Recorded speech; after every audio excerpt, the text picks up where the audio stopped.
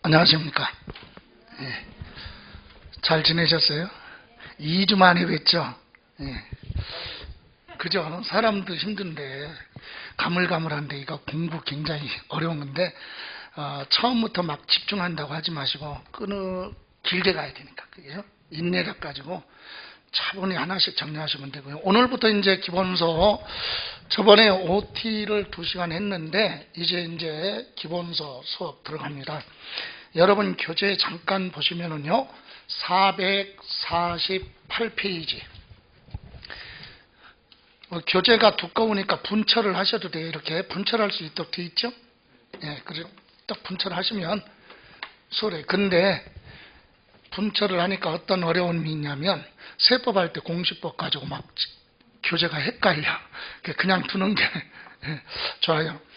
자, 448쪽에 세법은 1편, 2편, 3편이 있거든요. 그래서 1편은 조세 총칙 그랬잖아요. 세금에 대한 전체적인 내용, 보편적으로 여기서 2문제가 출제가 되는데 난이도 조절은 여기서 한다.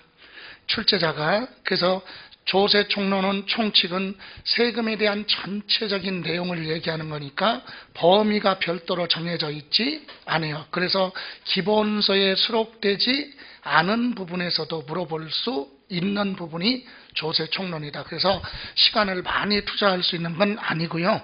그래서 조세 총론도 1편의 1장 총칙, 2장의 납세 의무 성립 확정 소멸, 그리고 3장의 조세 채권의 불복 절차 서류 송달, 이런 부분이 있는데, 이 중에서 조세 총칙 오늘 공부할 내용은 1편의 1장 1, 2, 3절 전부 다 끝내기는 힘들지만 일부까지 갈 겁니다. 그리고 두 번째 수업할 때 1편의 2장 그리고 3장 이런 식으로 하는데, 비중은요 1장하고 2장에서 비중이 크다. 1장에서 용어, 분류 이 부분, 그리고 2장에서는 납세의무 성립 확정 시기, 이것이 33회 대비해서 필수적으로 정리해야 될 부분인데, 그때 또 가서 얘기할 겁니다. 자, 그리고 2편에 보면 지방세법의 취득세, 그리고 2장의 등록면허세, 3장의 재산세, 이것만 우리가 공부해요. 지방세 하면 11가지 세금이 있는데 그 중에 요 3가지만 필수적으로, 취득세는 3문제가 출제된다고 그랬죠, 통상적으로. 그리고 2장의 등록면허세는 1문제 정도, 그리고 재산세는 3문제 정도가 출제가 된다. 그리고 이제 우리 취득세 공부할 때 2편에 지방세, 취득세부터 공부하고, 취득세 정리가 되면은요, 등록면허세가 수월하고 재산세가 수월해요. 왜? 지방세법 맨 처음에 나오는 게 취득세 부분이니까 거기서 용어가 자꾸 나오거든요. 그걸 자꾸 이해하시면 2장, 3장 할 때 수월하다. 그리고 이제 3편 국세에 가서는요, 종합부동산세 32회 시험에서만 3문제가 출제됐지만 보통적으로는 1문제 정도가 출제되는 범위예요. 32번 2회만 그렇게 좀 범위가 비중이 틀렸지만, 다음 장에 보시면 종합소득 2장의 임대소득에 대해서 1시간 정도 분량으로 정리를 할 겁니다. 그리고 나서 핵심은 양도소득세죠. 그래서 종합부동산세 1문제, 그리고 양도소득세에서 5문제에서 많게는 6문제까지, 임대소득이 안 나오면 양도소득에서 6문제. 그러니까 우리가 필수적으로 해야 될 부분이 양도소득세 부분이죠. 그죠? 네. 이런 식으로 되어 있고요. 그러면 이제 오늘은 앞에서 말씀드린 대로 이제 455페이지 총칙 1장 1절 조세 개념부터 들어갑니다. OT 할 때 세금이 뭔지 간단하게 설명드렸지만 이제 기본서에 있는 내용이니까 순서대로 갈 겁니다. 그리고 이제 제가 수업을 하면서 이와 같은 시각화를 시켜서 수업을 하고, 이런 부분은 12월 달에, 이제 지금 12월 달인데 12월 중순 정도 지나면, 오늘이 12월 2일이잖아요. 국회에 정기국회가 오늘 마지막인 날이에요. 그래서 예산안이 통과가 될 겁니다. 그때 세법도 부수 법안으로 통과가 될 거예요. 그래서 어느 정도 이제 오늘이면 개정되는 부분이 세법이 통과가 되면 그것까지 반영을 해서, 물론 기본소에도 수록이 되어 있지만 시각화시켜서 별도로 수업에 대한 요 내용을 그대로 플러스 노트라고 해서 출간이 될 겁니다. 그러면 노트를 하나 준비하시면 기본 과정이나 기초 과정이나 심화 과정이나 문제풀이 할 때도 그냥 처음부터 끝까지 노트는 한 권 가지고 쭉 거기다 메모하시고 정리하시면 되는데, 기본서 할 때 여기다가 메모하고 문제풀이 할 때 또 문제풀이에 메모하고 그러면 분산되니까 남는 게 없잖아요. 그래서 우리가 공부하다 보니까 어려움이 좀 많아서 시각화를 시키고 도면으로 해서 도형으로 해가지고 정리를 쭉 해놨으니까 그거는 나중에 참고로 한번 보시고, 자, 그러면 이제 455쪽 세금이 뭔지 정의와 특징을 한번 보고 갑니다. 세금의 정의, 특징, 그러면 455쪽에 세금은 특징이 5가지가 있어요. 어떤 거? 455페이지 보시면 밑에 특징 1번 과세의 뭐라고 그랬어요?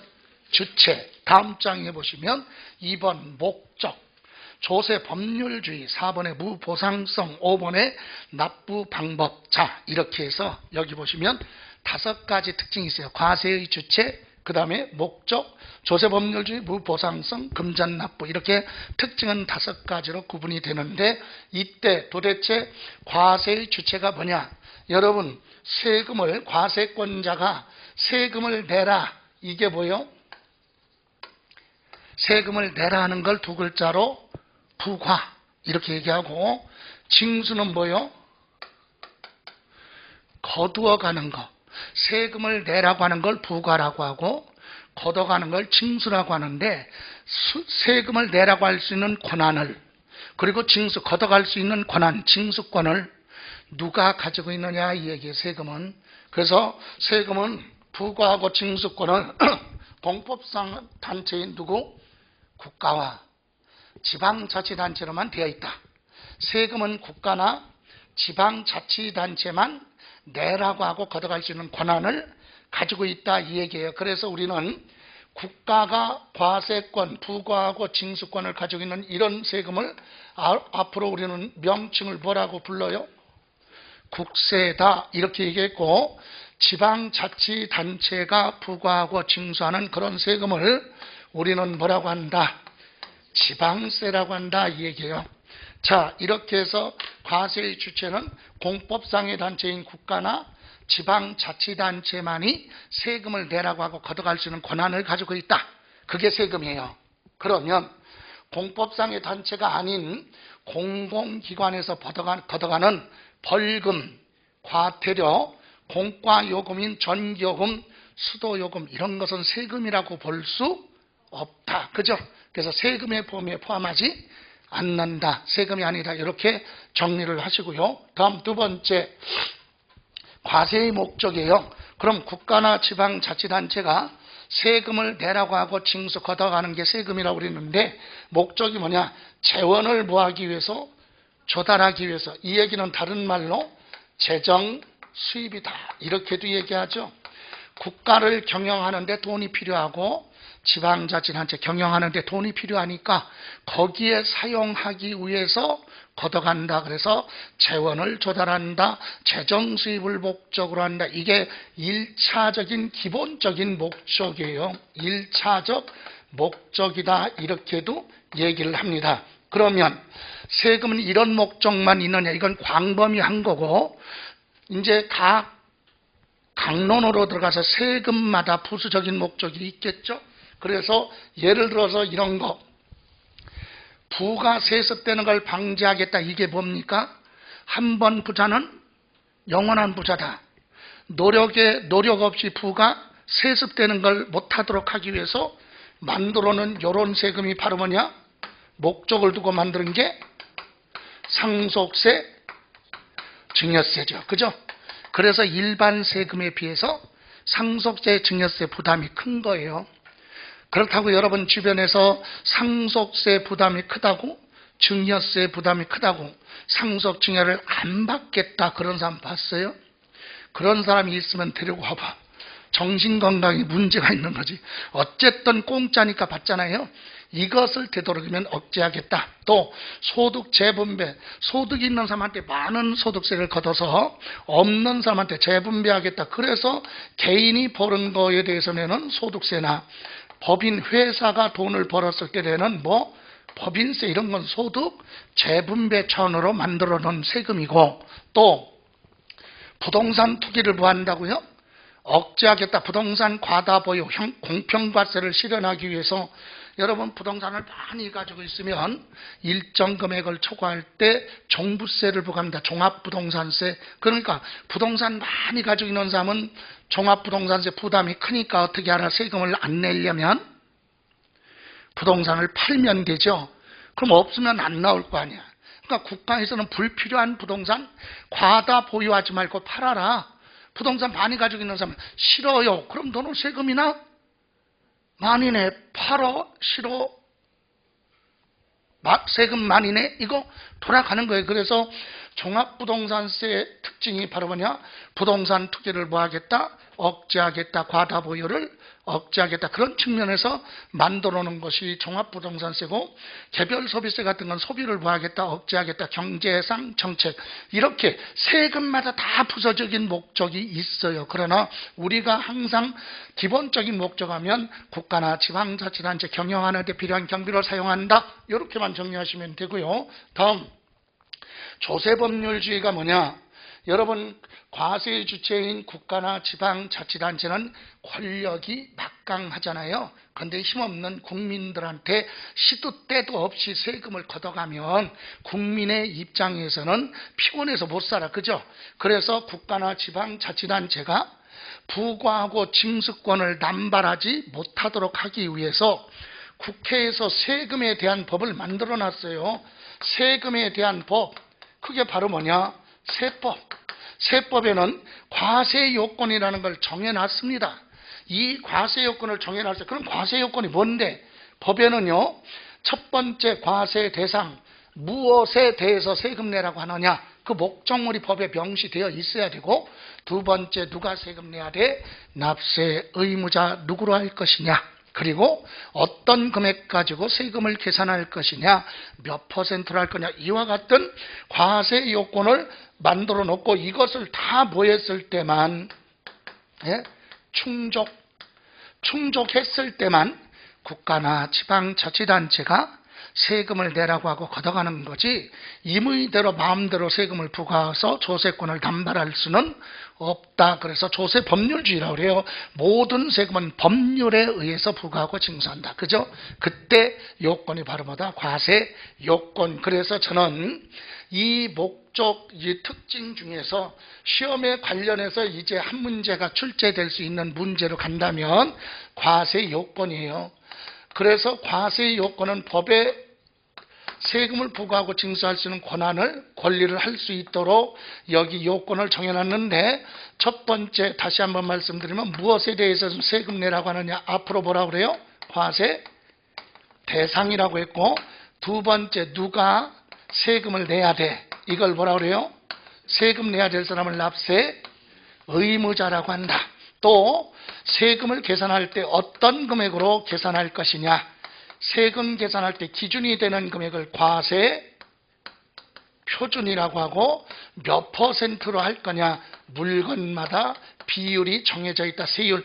요 네 가지를 뭐라 그래요? 과세 요건. 여기다가 하나를 살짝 끼워놓고 과세 요건이 아닌 것, 이렇게 물어볼 수 있다는 얘기예요. 그래서 요거 하나 기억하시고, 다음, 이제 무보상성 그랬거든요.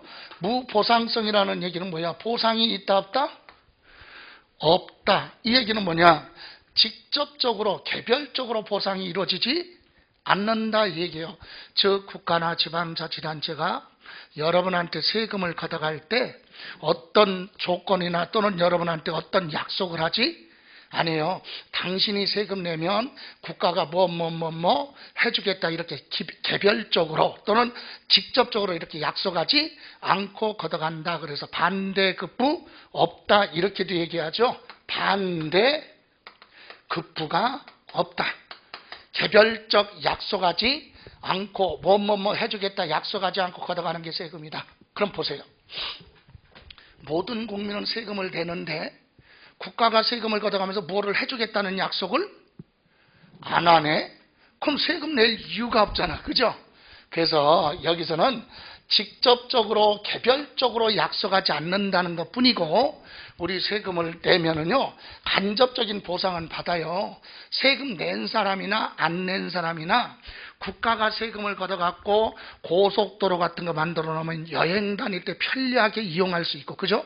정치, 경제, 국방, 교육, 안보, 복지, 사회 전반적으로 세금을 가지고 사용하니까 세금을 낸 사람이나 안 낸 사람이나 간접적인 혜택을 받고 있죠. 그래서 보상은 받지만 직접적으로 개별적으로 약속하지 않고 걷어간다. 그래서 반대급부 없다, 무보상성이다, 이렇게도 얘기를 합니다.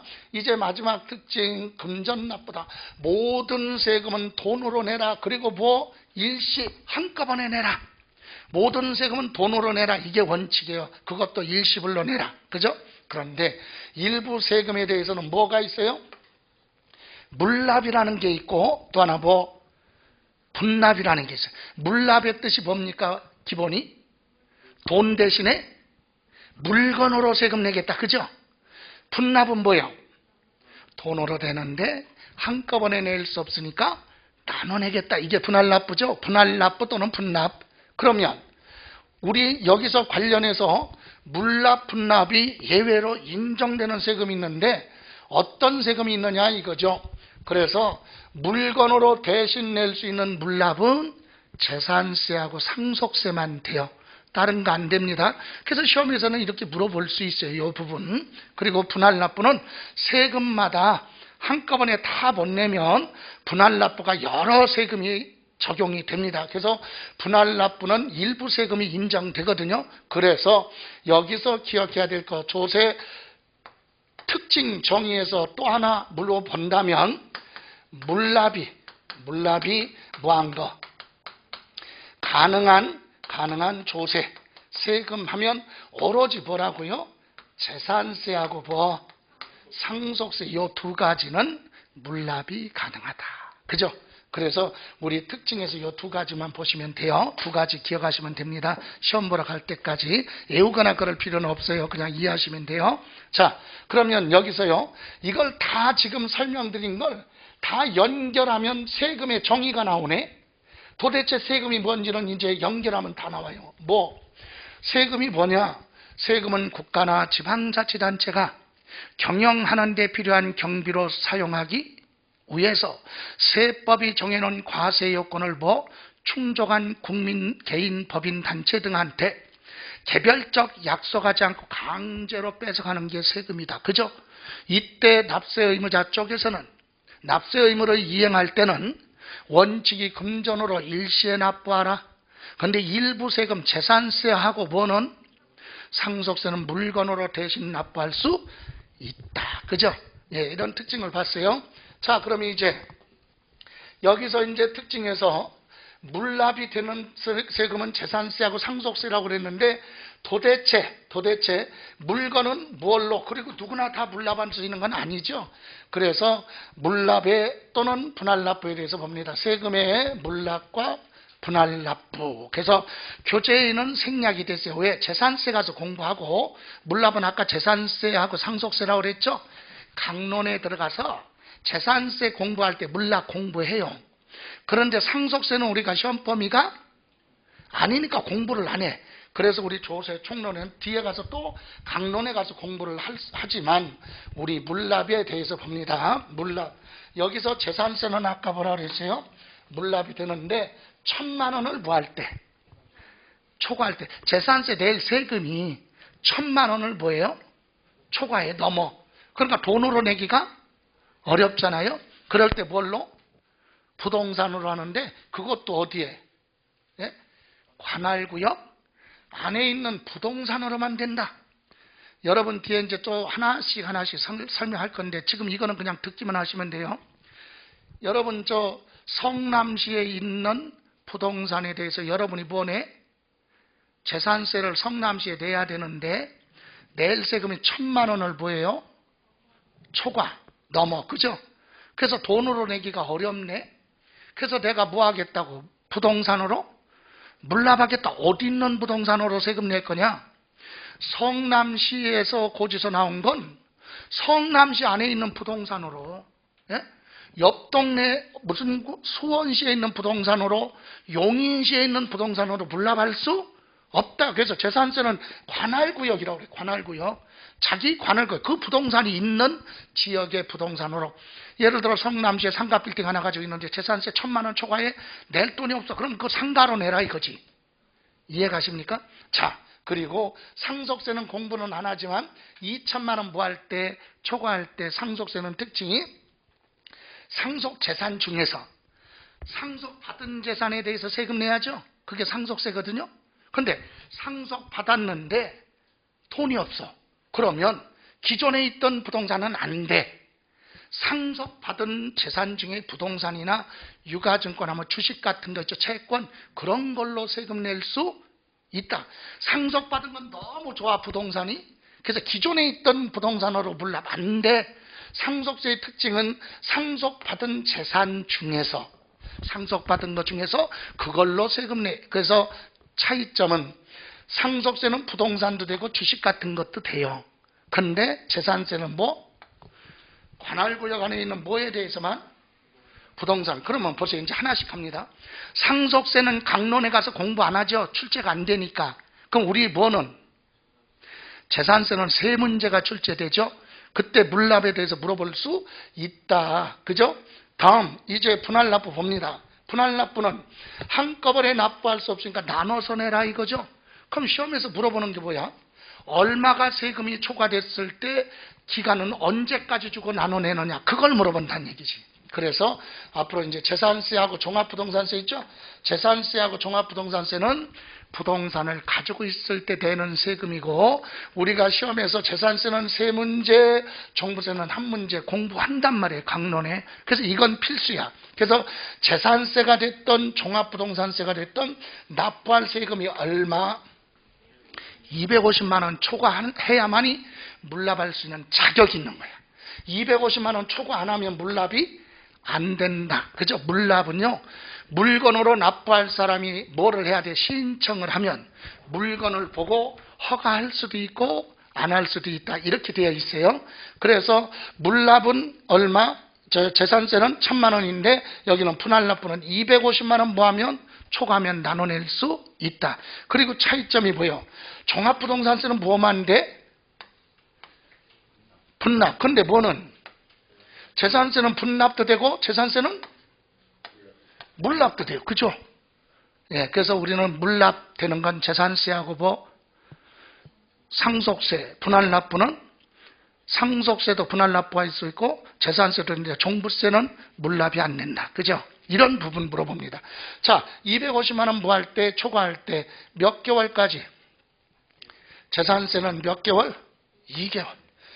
예, 나쁘게 한 경고 안 날려고 또 2개월 이내. 종부세는요 6개월까지 나눠내야 된다. 이게 분할납부예요. 그러면 양도소득세도 1,000만 원 부할 때, 초과할 때 몇 개월까지? 2개월까지 나눠낼 수 있다. 이렇게 분할납부가 있는데요. 자, 상속세도 있고. 그런데 우리가 공부할 건 항상 뭐예요? 우리가 공부할 세금에 대해서만 집중적으로 이해하면 돼요. 그러면 물납에서는 뭐를 알아야 돼? 상속세는 필요 없어요. 뭐만? 재산세, 물납에 대해서. 그죠? 그리고 분납은 재산세도 공부하고 종부세도 공부를 하니까 요 두 가지는 알아야 된다. 그리고 양도소득세 분할납부할 수 있다. 이렇게 5가지. 이해가십니까? 요거 중심으로 정리를 하면 돼요. 그러면 여기서는 전체적으로 한번 흐름을 보기 위해서 설명을 드린 거고, 재산세 물납되니까 재산세 강론에 가서 공부할 때 물납 공부하고, 재산세 공부할 때 분할납부도 공부합니다. 종합부동산세 공부할 때 분할납부 공부해요.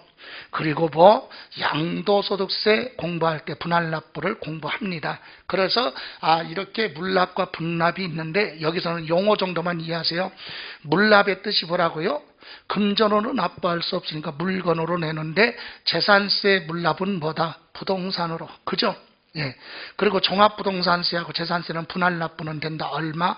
250만 원 초과할 때 분할납부 되는데, 재산세는 금액이 적으니까 2개월이고 종부세는 단위가 크니까 6개월까지 나눠낼 수 있다. 이거 부분만 시험 보러 가실 때까지 반복해서 보시면 됩니다.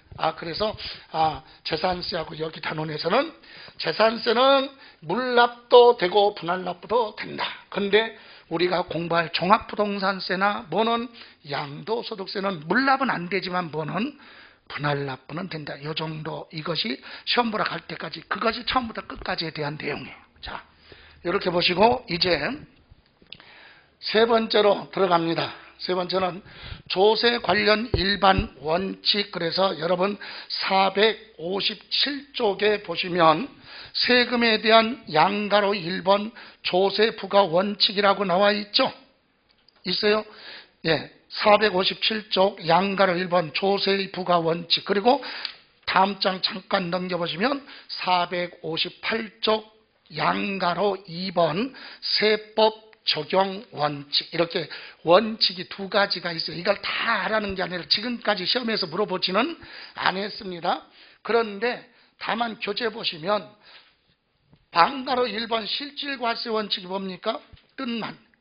이것은 소득이나 1번 동그라미 1번 소득, 수익, 재산, 행위, 그런 거래 귀속이 명의자가 따로 있어도 실질적으로 소득이 귀속되는 사람, 재산을 소유하고 있는 사람, 실질적인 자가 따로 있다면 그 사람한테 세금을 부과해야 된다. 명의자한테 부과하는 게 아니다. 2번 동그라미 2번 실질적인 내용에 따라서 적용한다. 같은 뜻이에요. 그럼 여러분 쉽게 얘기하면 다 그런 건 아니지만 영화 같은 데 보면 유흥주점 같은 거 사장 있죠. 사장 중에서도 가지사장 들어봤어요? 걔가 다 책임지죠. 서류상. 두목은 뒤에 있어.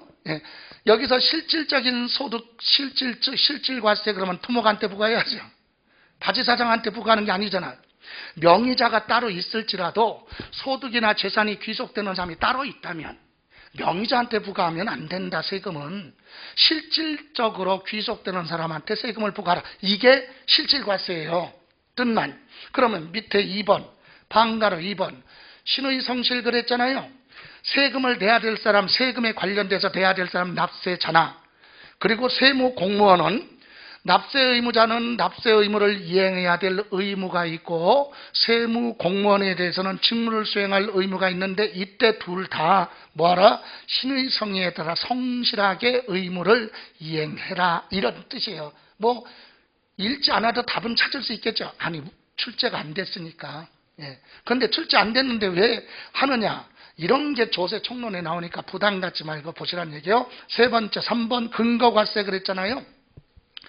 납세 의무자가 세법에 따라 근거해서 장부 같은 걸 작성해서 비치하고 있다면 세무공무원은 과세권자는 세금을 부과할 때 그걸 기준으로 해서 세금을 부과하라.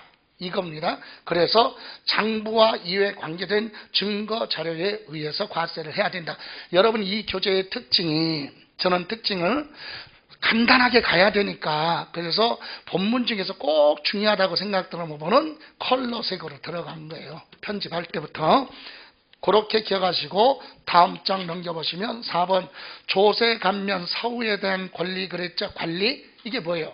국가 정책상에 의해서 특별한 사유가 발생했을 때는 세금을 깎아주는 걸 뭐라고 하죠? 감면. 그죠? 면해주는 걸 면제. 그래서 면해주는 거하고 감해주는 걸 합쳐서 감면이라고 하거든요. 그럼 법률에 따라 뭐를 했으면 감면의 운영을 정하고 감면 범위를 정해서 감면을 시행해 줬으면 그걸로 끝나는 게 아니라 그리고 나서 사후 관리 해봐야 되겠죠.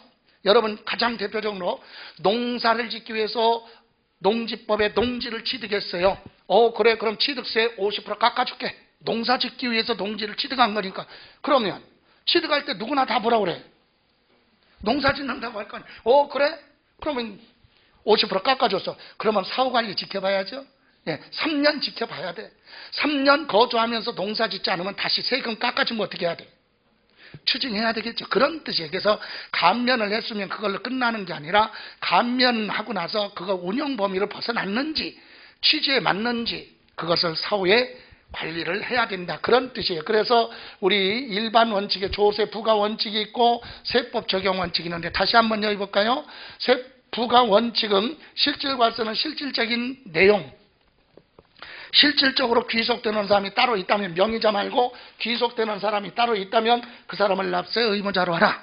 납세자나 공무원은 의무를 이행할 때 신의 성실하게 보아라. 의무를 이행하라. 근거과세 나오잖아요, 제목이. 그죠? 자, 납세자가 장부를 작성하고 비치하고 있다면 과세권자는, 세무공무원들은 세금을 부과할 때 그 장부를 기초로 해서 세금을 부과해야 된다. 그리고 조세감면, 감해주거나 세금을 면제 혜택을 줬다면 사후관리를 해야 된다. 이런 뜻이거든요. 그런데 이 중에서 우리는 한 번도 출제되지는 않았지만 기본 상식 어떤 거 1번은 알아야 된다 이 얘기야. 뭐? 실질과세 원칙. 명의자가 따로 있어도 실질적으로 재산이 귀속되거나 소득이 귀속되는 사람한테 세금을 부과한다. 그 뜻 정도는 알고 있어라. 됐어요? 암기 안 해도 되겠죠? 예. 자, 그럼 이제 여러분 교재 보시면 458쪽에 이제 양가로 2번 세법 적용 원칙 그랬죠? 예. 여러분 법은 세금도 그렇고 모든 법도 그렇고 민법이든 형법이든 디테일하게 세부적인 것을 다 법률에 명시할 수는 없잖아요. 그래서 우리 민법은 판례를 중요시하고, 그죠? 예. 그리고 우리 세법 같은 경우는 법률이 있고 그 다음에 시행령이 있고 시행규칙이 있어요. 그런 것으로 다 명시할 수 없는 부분도 있거든요. 그래서 공무원들이 세금에 대한 세법을 집행할 때, 법을 적용할 때 기본적으로 갖춰야 될 요건. 그래서 첫 번째 방가로 1번 세법의 해석 기준 그랬죠. 예, 여러 가지 선택할 때, 여러 가지 중에서 하나를 과세권자가 선택할 때는 웬만하면 납세자한테 피해가 적은 쪽으로 보아라. 합리적으로 판단을 하라. 세법 해석할 때. 그죠? 예, 그러니까 보세요. 우리 공부하다 보면은 세금을 부당하게 감소시킨 그 부당하다는 게 뭐야? 주관적, 법률로 다 명시할 수는 없어요. 물론 정해놓은 건 있어요. 뭐 이중장부를 만들거나, 그죠? 비용을 부풀리거나 수익을 줄이거나 이런 것이 법률에 명시되어 있는데 그 중간 정도에 껴있는 경우 있죠. 판단하기가 어려울 수도 있다. 그런 경우는 해석할 때 납세자 중심으로 판단을 하라 이 얘기고, 두 번째 소급 과세 금지의 원칙이 뭐예요? 세금이 이미 부과됐어요. 예? 그랬는데 그 다음에 뭐가 납세 의무가 성립됐는데 법률이 개정됐다고 해서 소급해서 적용하면 안 된다 이 뜻이에요. 그럼 예를 들어 볼까요? 오늘 2일 날 국회에서 이제 11시에 본회의가 통과가 되면 우리 세법에 우리가 공부할 법은 하나, 1세대 1주택 실거래 가격 9억이에요. 9억. 9억을 초과하는 건 고가주택이라고 그래요. 실거래 가격이 9억을 초과하면 고가주택. 그래서 아주 비싼 거니까 세금 내라 이거지. 근데 속된 말로 표현하면 수도권은 9억 다 넘어. 그죠? 그러니까 이게 문제가 되니까 가격이 올라가니까 기준을 상향했지. 상향했다는 얘기는 완화시켜준다는 얘기죠. 그래서 실거래 가격 12억으로 바뀝니다. 실거래 가격이 12억이면 12억까지 정도 팔았다면 주택 하나 세금 안 낸다 이 뜻이야. 그러면 지금 법률이 개정돼서 내년부터 시행을 하겠다? 예를 들어 시행은 이제 오늘 법은 개정되는데 시행할 때는 국회에서 법률이 통과가 되면 그 법률이 어디로 가요? 정부 국가로 가죠. 행정기관에. 그럼 대통령이 어떻게 합니까? 시행령을 만들어서 국무회의를 주재를 해서 시행할 때 언제부터 시행하겠다 땅땅땅 그럼 시행하는 거잖아. 그 날짜가 내년 1월 1일부터 시행을 한다면 올해까지 파는 사람은 10억짜리 팔면 세금 내야 돼. 그죠? 근데 내년에 파는 사람은 안 낼 수 있죠. 그럼 지금 이미 뭐 하려고? 계약 체결하고 중도금 다 받고 해서 10억짜리 그 사람은 매매를 어떻게 해야 돼? 뒤로 밀어야 되겠죠. 비과세니까 세금 안 내려면. 그래서 문제점이 될 거다. 그래서 선거가 있잖아요. 그러니까 법은 어떤 여당이든 정부에서는 선거를 무시할 수 없어요. 그래서 시행령은 얘기 나오는 게 원래는 내년 1월 1일부터 뭐 하자, 시행하자, 그거보다는 그게 원칙인데 12월 15일부터 아니면 12월 미리 준비했다가 일주일 동안 정부에서 시행령 땅땅땅 해가지고 12월 20일부터 시행하자. 그럼 그때부터 시행할 수 있겠죠. 좋아요. 그럼 이미 무한거 거래가 이루어진 것은 법이 개정됐다고 해서 다시 소급해서 적용할 수는 없다. 이게 대원칙이에요. 기본적인 거. 예, 그런 뜻이고, 다음 3번 세무공무원의 재량이 뭐라고 그랬어요? 한계. 어디서 어디까지 범위를 할 때, 법을 적용할 때 유연하게 할 수는 있지만 한계를 벗어나면 안 된다. 그리고 기업에게 존중. 여러분 개인만 세금 내는 게 아니라 회사도 세금 내죠. 회사는 회사 장부를 작성해요. 회사 장부, 회계 장부는 법인세법, 기업에게 기준 재무제표 규칙, 상법, 증권거래세법 이런 모든 법률을 준수하면서 작성한 회계 장부가 있다면 그걸 세법은 존중해줘라, 그걸 인정해줘라, 이런 법률인데 우리는 이것도요, 다시 한번 정리하면 이거예요. 자, 세법에서 재산권을 침해되지 않게 해석할 때는 납세자 중심으로 하라. 두 번째, 소급 과세 금지. 이미 확정된 거래에 대해서는 소득이나 이런 것이 확정이 됐다면 새로운 법이 개정됐다고 해서 소급해서 적용할 수는 없다. 세무공무원의 한계를 벗어나면 안 된다. 기업 회계, 기업이 작성한 회계 장부가 있다면 세법은 그걸 준수하라. 이거거든요. 이거 다 외울 필요 없어요. 딱 두 가지. 하나, 이거 요건 알아야 된다. 대원칙, 아까 실질과세 원칙하고 또 하나 소급 과세 금지의 원칙. 그죠? 요 뜻. 이것을 살짝 저 같으면은 출제되면 살짝 바꿔놓을 수 있어. 뭐라고? 여기 소급 과세 금지의 원칙은 조세 부과 원칙이다. 틀렸다. 법을 적용하는 거죠. 세법 적용 원칙. 그죠?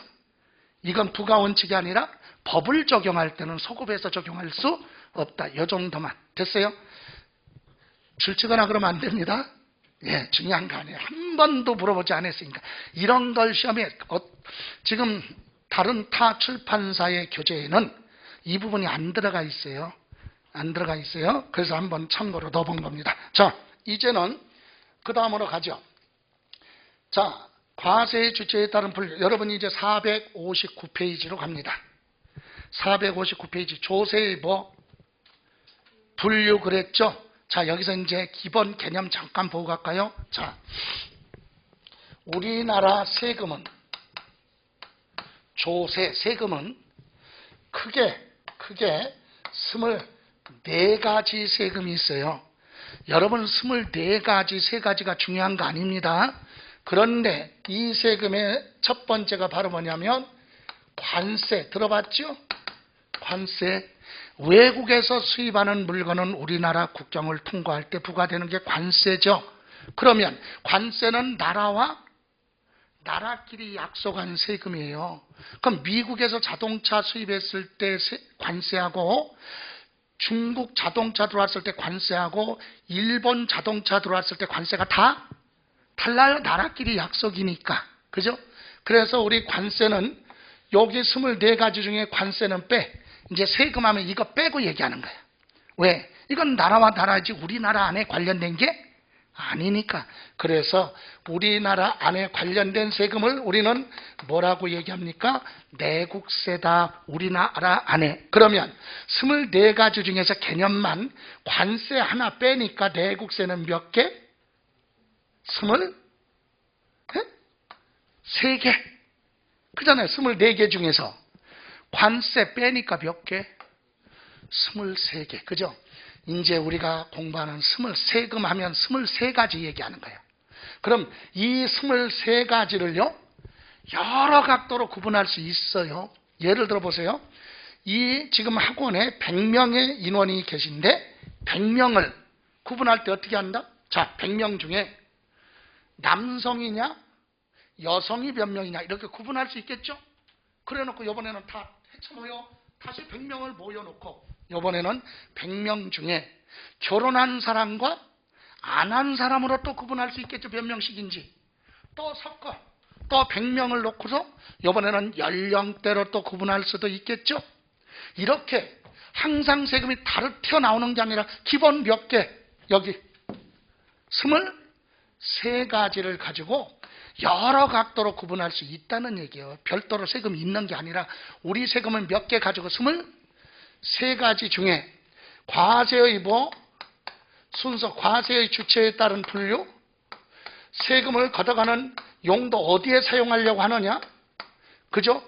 또는 독립성 여부에 따라서, 또는 물건 어떤 거에 귀속할 거냐, 사람 중심이냐 물건 중심이냐, 여러 가지 형태로 나눌 수 있다. 이걸 다 기억할 건 아니고 우리가 부동산세법은 부동산에 관련해서만 몇 가지 정리를 할 겁니다. 한 3가지 정도만. 그 첫 번째가 여러분 교재 459페이지 뭐라고 그랬죠?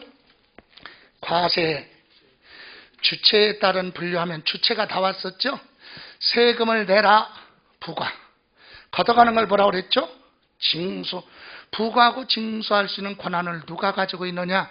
그래서 국가와 또 하나 지방자치단체로 되어 있는데, 과세권자, 세금을 부과 징수할 수 있는 권한을 국가가 가지고 있으면 뭐라고 불러요? 국세. 지방자치단체로 되어 있으면 뭐라고 한다? 지방세라고 한다. 그래서 국세는 밑에 국가가 부과하고 징수, 내라고 하고 걷어가는 세금을 뭐라고 한다? 국세. 국세에는 몇 가지? 2가지가 있다.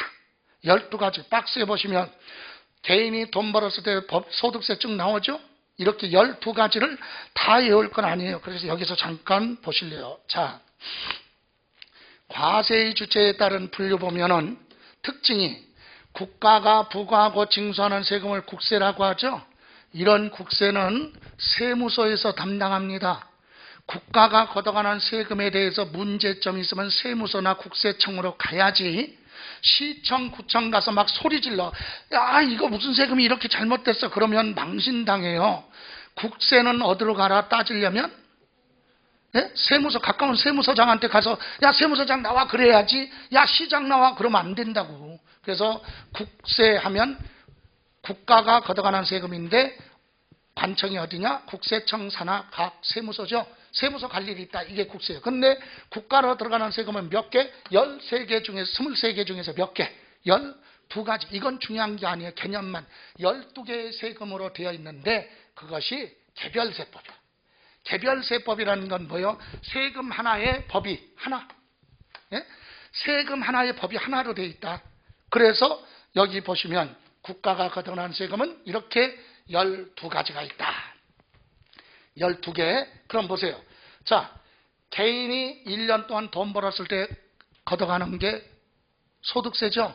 그러면 소득세를 내라고 만들어 놓은 법이 여기다 법자 붙이면 돼. 소득세법에 따라 소득세 내라고 하고, 예? 종합부동산세법에 따라 종합부동산세 내라고 하고, 전부 다 법 하나씩 돼 있어요. 그러면 뜻은 개인이 돈 벌었을 때 내는 게 소득세죠. 그럼 법인, 회사가 돈 벌었을 때 내라고 하는 세금이 법인세법에 따라 뭐네? 법인세 내요. 그죠? 그러면 종합부동산세는 개인이든 법인이든 부동산을 많이 가지고 있으면 종합부동산세법에 따라서 뭐 내라? 종합부동산세 내라. 이렇게 돼 있고, 또 인지세가 뭐냐? 중요한 건 아니니까 그냥 인지세는요, 부동산 소유권 이전 등기할 때 문서 있죠? 등기할 때 문서, 거기에 우표 딱지 비슷한 거 수입증지 사서 붙여야 돼요. 그럼 얼마짜리 붙여야 돼? 이게 인지세법에 따라 인지세라고 그래. 그리고 부가가치세법에 따라 뭐예요? 부가가치세. 부가가치세는 뭐죠? 재화를 공급하는 거죠. 용역을 제공하는 거. 예, 이랬을 때 부가가치세. 그래서 부동산에 대해서는 부동산 중심으로만 이해하세요. 여러분, 토지는 자연적으로 생긴 게 땅이죠. 만드는 게 아니잖아. 사람이 가공한 게 아니죠. 그런데 건물은 어때? 용역을 제공해서 건물 지은 거잖아. 그래서 건물 사고 팔 때 부가가치세. 부가가치세는 부가가치세법에 따라 부가가치세. 그리고 증권 사고 팔았을 때 증권거래세법에 따라 증권거래세 냅니다. 자, 상속 듣기만 해도 가슴 설레는 거죠. 예. 상속 받았으면 상속세법, 증여 받았으면 증여세법. 아니야, 이거만. 요거는 특유예요, 특징이. 인터넷에 검색할 때 증여세법 하면 안 나와. 상속세법 하면 없어. 그런 법이 두 개를 묶었어요. 뭐라고? 상속세 및 증여세법, 이렇게 법 하나요. 상속세 및 증여세법 법 하나에 상속세 부분하고 증여세 부분 따로 되어 있어요. 뭐 이런 걸 시험에서 물어보지는 않으니까. 예. 자, 그리고 여러분 외제 승용차나 골프용품 외국에서 수입하는 걸 되도록이면 뭐 억제를 하라. 여러분 수입하는 건 웬만하면 억제하고 수출은 장려하고. 왜? 여러분 어떤 사람들이 그래요. 우리나라는 진짜 코로나 같은 것도 있으니까 외국 사람들 오는 걸 전부 다 차단해야 되는 거 아니야. 그럼 망해. 파산. 왜? 우리나라는 다른 나라 일본 같은 경우 중국 같은 경우는 독자적으로 생산해서 소비해서 먹고 살아. 그런데 우리나라는 1억이 안 되기 때문에 인구가 외국에 수출을 안 하면 망할 수밖에 없다. 그러니까 그런 부분이 있기 때문에 약자예요. 그래서 개방할 수밖에 없는 그런 부분도 있다. 사실은. 그래서 외국에서 수입하는 거 개별 소비세, 외제 승용차 같은 거 세금 많이 부과합니다. 개별 소비세. 왜? 소비를 되도록이면 억제를 하라. 우리나라 거 좋으니까 사용하라. 그죠? 그리고 교육세법. 교육정책에만 교육 환경을 개선하는 데만 사용하겠다. 교육세법. 술에 붙는 세금을 주세법이라고 그래요. 술에 붙는 세금. 술에도 막걸리냐 소주냐 뭐 양주냐에 따라서 세금이 달라집니다. 농촌 어촌 지원하는 데 사용한다. 농어촌 특별세법에 따라 이렇게 상속세 증여세 말고는 법이 하나의 법에 세금이 하나씩 되어 있다. 그런 뜻이에요. 특징이 시험에서 물어볼 건 아니죠. 자, 그러면 여기서 이제 순서를 잠깐 바꿔서, 자, 이렇게 12개의 국세가 있는데 이제 여기서 보면 여기 뭐라고 그랬어요? 무슨 자야 이거? 그죠? 직접세라는 뜻이에요. 그 다음에 나머지는 뭐? 간접세라는 게 나오는데 우리 부동산에 관련해서 시험에서는 직접세냐 간접세냐 물어본 적이 한 번도 없어. 근데 개념만 보고 가려. 용어니까. 그래서 여러분 순서를 잠깐 바꿔서 463페이지 보시면 463페이지 보시면 맨 위에 6번 조세 전가 유무에 따른 분류 납세 의무자의 세금 부담이 타인에게 전가되는지 여부에 따라서 직접세 간접세 그랬죠. 직접세는 뭐라고 그랬어요? 납세 의무자와 담세자가 일치하는 조세다. 이 얘기는 세금 부담을 다른 사람한테 전가 떠넘기지 않는다. 그런 세금을 직접세라고 하고요. 간접세는 뭐냐?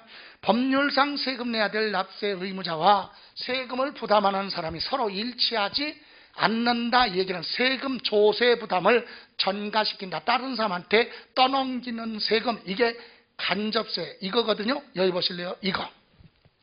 그래서 용어를 봤으니까 이겁니다. 자,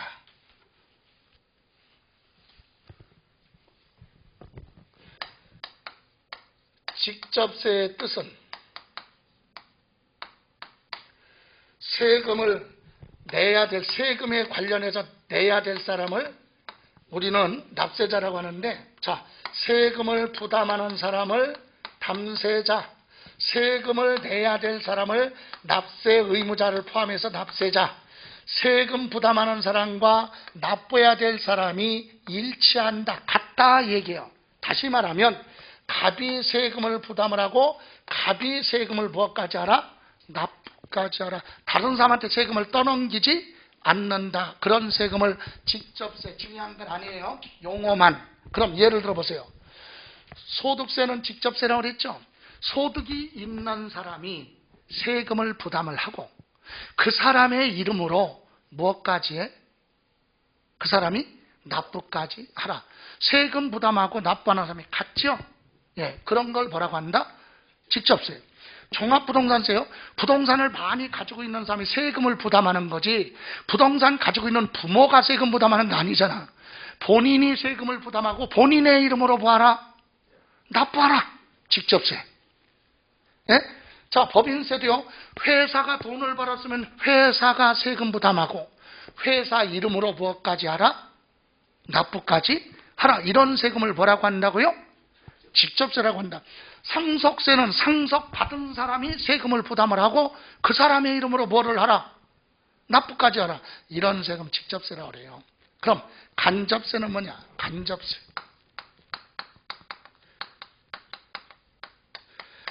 자, 세금을 부담하는 사람하고 납세자가 서로 달라요. 그래서 세금 부담하는 사람은 갑인데 내야 될 사람은 따로 있네. 을. 세금 부담을 다른 사람한테 떠넘겨. 예, 그래서 간접세라고 하는데 무슨 뜻이냐? 여기 간접세의 대표적인 게 바로 뭐냐? 부가가치세. 재화를 공급할 때, 사고 팔 때 부가가치세거든요. 여러분이 오늘 아침에 날씨가 굉장히 차가워졌어. 그래서 학원 오시다가 편의점에 들려서 따뜻한 음료수를 하나 샀어요. 1,000원 주고. 그럼 여러분 주머니에서 1,000원을 주고 샀잖아요. 예? 예. 그럼 여러분 주머니에서 1,000원 나왔는데 그 음료수 가격은 1,000원이 아니라 음료수 가격이라 부가가치세 10%까지 합쳐서 1,000원이야. 그럼 여러분 주머니에서 돈 나갔죠? 아, 세금 누가 부담했어? 여러분이 부담했잖아. 소비자가. 그리고 세금을 내는 건 슈퍼 주인은, 편의점 사장은. 물품대금 1,000원 받았잖아요. 그 중에서 세금 부분 따로 껴. 부가가치세 계산해서. 그건 따로 모아뒀다가 일정 기간이 되면 세무서 갖다 내야죠. 내는 사람 따로, 부담하는 사람 따로. 이걸 뭐라고 한다? 간접세라고 한다. 얘기. 그래서 조금 더 들어가면 간접세는, 부가가치세는 소비자가 세금을 부하고 부담을 하고 공급하는 사업자가 세금을 거둬다가 낸다. 내는 사람 따로, 부담하는 사람 따로. 이런 세금을 간접세. 술에 붙는 세금이 뭐라고요? 주세. 술에 붙는, 술 좋아하세요? 드세요? 안 해요? 예. 이 술을 마시면 사람이 인간성이 좀 유해져. 그죠? 여유가. 너무 많이 마시면 이제 골치 아프지. 사고로. 예, 그래서, 자, 술에 붙는, 술을 마실 때는 술집에서 술을 마셔요. 그럼 술값을 계산할 때 세금까지 다 계산하잖아. 누가? 마신 사람이. 그죠? 그리고 내는 건 누가? 음식점 사장이. 돈 받은 것 중에 주세 부분 따로 떼어서 세금 내야죠. 이렇게 내는 사람 따로, 부담하는 사람 따로. 이걸 뭐라고 한다? 간접세. 그럼 시험에서 32회까지 부동산에 대해서 우리가 공부하는 세금은 직접세냐 간접세냐 한 번도 물어본 적이 없다. 그렇지만 기본이 부동산에 관련해서는 소득세 뭐예요? 양도소득세. 여기 소득세는요, 소득이 여러 가지가 있는데 두 가지만 우리가 공부해요. 부동산 무슨 소득? 임대사업에서 돈 버는 거 임대소득. 그리고 부동산 뭐였어요? 네? 팔아서 생긴 소득. 이것만 공부한다. 그래서 양도소득세나 부동산 임대소득은 여기에 들어가는 거예요. 소득세법에 다 들어가요. 그래서 우리는 이것을 공부하니까 아, 소득세나 종합부동산세 요건 뭐다? 직접세다. 요 정도만 이해하시면 돼. 됐어요? 자, 이렇게 해서 직접세, 간접세를 봤습니다. 그리고 나서 여기 교육세하고 농어촌 특별세는요, 목이라고 되어 있죠? 좀 이따 설명드리니까 이건 중요한 거니까 목적세라고 그래. 목적세는 다른 데 사용할 수 없다. 예산안 편성하는 거 아니에요. 별도로 따로 모았다. 특정한 데만 사용하겠다. 목적세. 이렇게 12가지 세금이 있거든요. 그런데 이 중에 이걸 다 공부하는 게 아니라 우리는 공부할 거 여기 또 하나. 이제 여기 보니까 뭐라고 그랬어요? 인세 그랬잖아요. 예? 인세. 여러분 잠깐 용어니까 한번 보고 갈 겁니다. 인세하고 그래서 여러분 교재 461페이지 이것도 시험에서 구분하라 그런 건 아니니까 맨 위에 과세대상 귀속 여부에 따른 분류 그래서 납세자의 세금 부담 능력을 고려해서 과세할 때 환경을 고려해서 그 사람 중심으로 부과하는 걸 사람 중심으로 부과하는 걸 인세라고 하고 사람 중심이 아니라 물건 각각에 대해서 과세하는 걸 물세라고 한다. 얘기 뜻 나오죠?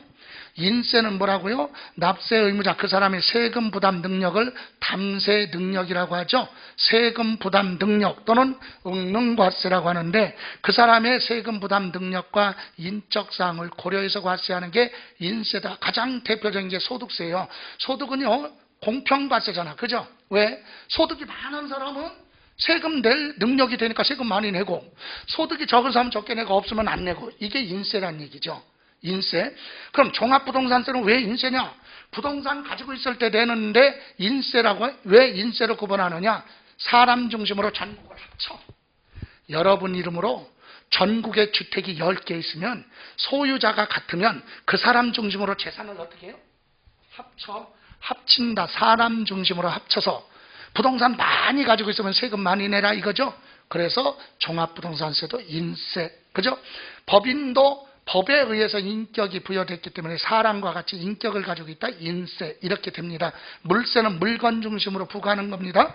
자, 그래서 이렇게 물세와 인세를 구분했고, 개념만 보시고, 이제 우리가 앞으로 공부할 때는 소득세하고 종합부동산세만 알아라 이거지. 뭘 알아라는 얘기야.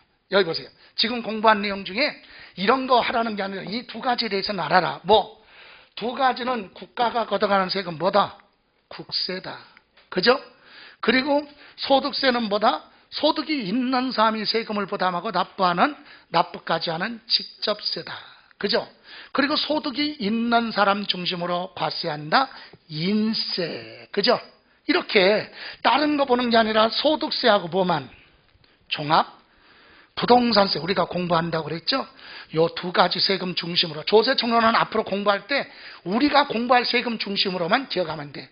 그래서 소득세는 국가가 걷어가는 세금 국세다. 종합부동산세도 국가가 걷어가는 세금 국세다. 그런데 소득세나 종합부동산세는 직접세다.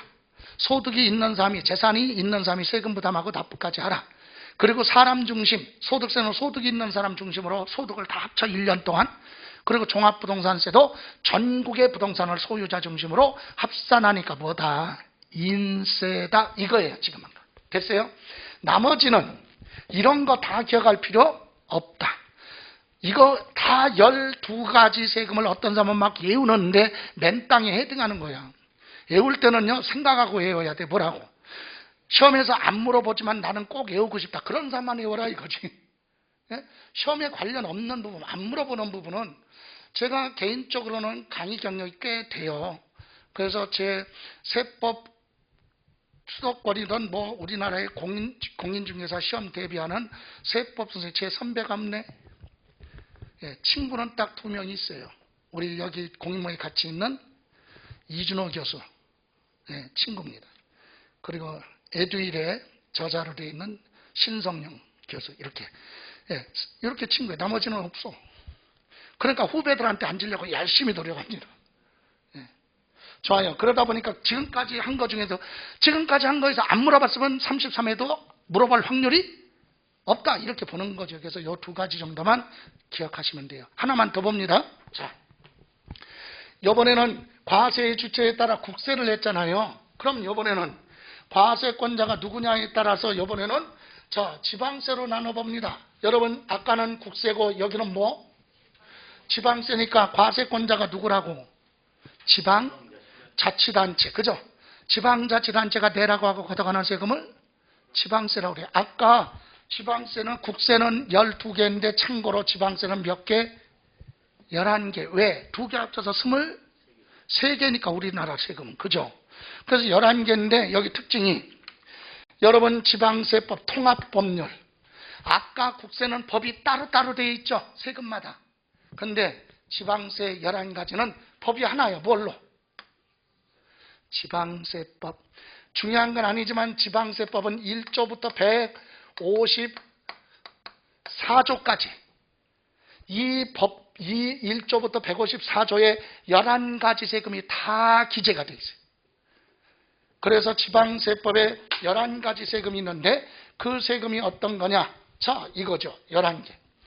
여러분 부동산 취득했을 때 내는 게 취득세예요. 자, 이거 하나 이해하세요. 옛날 2010년까지는 부동산 아파트 같은 거 취득하면 취득세 따로 내고 소유권 이전 등기할 때 등록세 따로 냈었어요. 근데 지금은 업무를 간소화시키려고 2011년서부터 법이 바뀌었어요. 지금은 부동산 취득에서 무엇까지? 등기까지 세금 하나만 내. 취득세. 취득에서 등기까지 내는 세금이 뭐라고요? 취득세. 먼저 취득세 내고 영수증 받아서 등기소 가기 전에 서류에 첨부해서 등기는 법원 가서 하죠. 등기소 거기에 접수하면 돼. 세금 또 내는 거? 아니다. 그래서 취득해서 등기까지 하는 게 취득세죠. 두 번째는 등록. 그런데 여기 등록면허세 보세요. 등록면허세는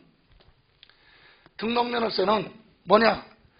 이건 부동산 취득이 아니라 남의 부동산에 내 권리를 보호받기 위해서 등기할 때 내는 게 등록면허세예요. 다시 말하면 여러분 남의 부동산에 전세계약 체결했으면 전세보증금 주죠. 그거 보호받아야 될 거 아니야. 그럴 때 전세권 설정 등기나 임대차 계약 체결하고 임차권 설정 등기나 건물 있는 사람한테 돈 빌려줬으면 걔 부동산에 내가 돈 받을 거 있다고 저당권 설정, 이런 등기할 때 되는 게 뭐라고요? 등록면허세다. 등록면허세. 다음에 재산을 가지고 있으면 내는 게 뭐? 재산세. 자, 여러분 취득세는 취득했을 때 한 번 내고 끝. 등록면허세도 전세권 설정 등기할 때 내는 게 등록면허세죠. 임대차가 끝나서 만기가 되면 말소할 때 있죠. 이럴 때. 그런데 뭐는? 재산세는 매년 내.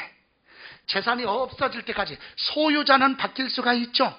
이 상가 빌딩 소유자는 매년 바뀔 수가 있어. 매매로 증여로 해서 바뀔 수도 있지만 이 부동산은 존재하잖아.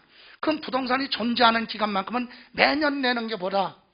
재산세. 그래서 보유세라고 합니다. 그리고 나머지는 중요한 거 아니에요. 레저세, 참고로 경주, 경마, 경정 이럴 때 입장료 낼 때 붙는 거. 그리고 자동차 가지고 있으면 자동차세, 담배 피시는 분 담배 가격에 담배 소비세가 붙어요. 그러니까 담배 하나 필 때마다 뭐 내는 거야? 담배 소비세도 부담하는 거다 이거지. 여러분 담배 피면 건강에 안 좋은 거 알잖아요? 그래도 담배를 피므로 인해서 거기에 담배세 세금이 내니까 국가에 일조하는 거지. 지방자치단체. 그죠?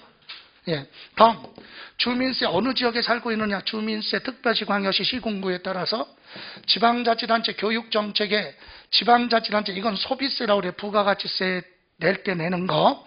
그리고 지방소득세. 여기서 소득세는 국가가 걷어가는 세금인데 앞에 뭐가 붙으면, 지방자가 붙으면 지방자치단체 내는 소득세도 있다. 소득세 낼 때는 항상 국가만 내는 게 아니라 어디에도 내야 돼. 지방자치단체에도 냅니다. 소득세. 참고로 양도소득세가 1억이다. 그럼 10%. 얼마? 1,000만 원은 지방소득세로 내. 양도소득세가 500만 원이다. 그럼 지방소득세 얼마? 50만 원. 그죠? 그러니까 세금은 국가로 내는 소득세가 있고 지방자치단체 내는 지방소득세, 지역자원시설세, 뒤에 목적세에서 또 설명드릴 겁니다. 이렇게 해서 세금을 구분했는데 이제 지방세는요. 여기 이거 알아야 돼요. 지방세는요. 참고로 취득세는 1조부터 22조까지가 취득세. 이 조문이 중요한 거 아니에요. 그 다음에 23조부터 32조까지가 등록면허세네. 그리고 103조부터 134조까지가 재산세예요. 왜 이런 얘기를 하냐면 여러분 여기 지방세법 1조부터 154조까지 법안에 1조부터 맨 처음에 공부하는 게 취득세예요. 그러면 지방세법 법이 하나니까 이거 공부할 때 취득세 공부를 하던 용어가 나오잖아요. 그럼 등록면허세도 관련되는 거고 법이 하나니까 여기에도 관련이 된다. 그래서 취득세 공부할 때가 제일 어렵고 이해하기가 어렵고 광범위해요. 그래서 취득세 공부하면 그 다음에 등록세, 면허세나 재산세 공부할 때는 좀 수월하다. 이거 먼저 말씀드리고, 자 나머지 봤어요. 그런데 이와 같은 지방세 11가지는 지방자치단체가 틀려요. 자 여러분 여기 뭐라고 그랬어요? 광도, 특별시, 광역시, 도에서 걷어가는 세금이야. 지방자치단체 중에서도. 그럼 여러분 경기도 부동산을 취득했어요. 그럼 세금이 어디로 가? 부동산이 있는 경기도로 세금 들어가.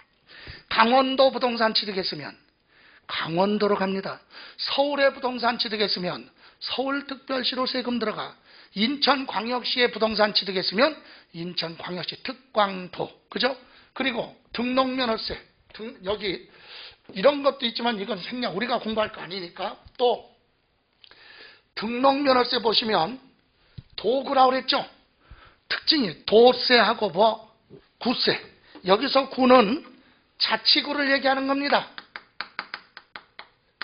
특별시 광역시에는 구청장, 선거로 뽑는 구청장.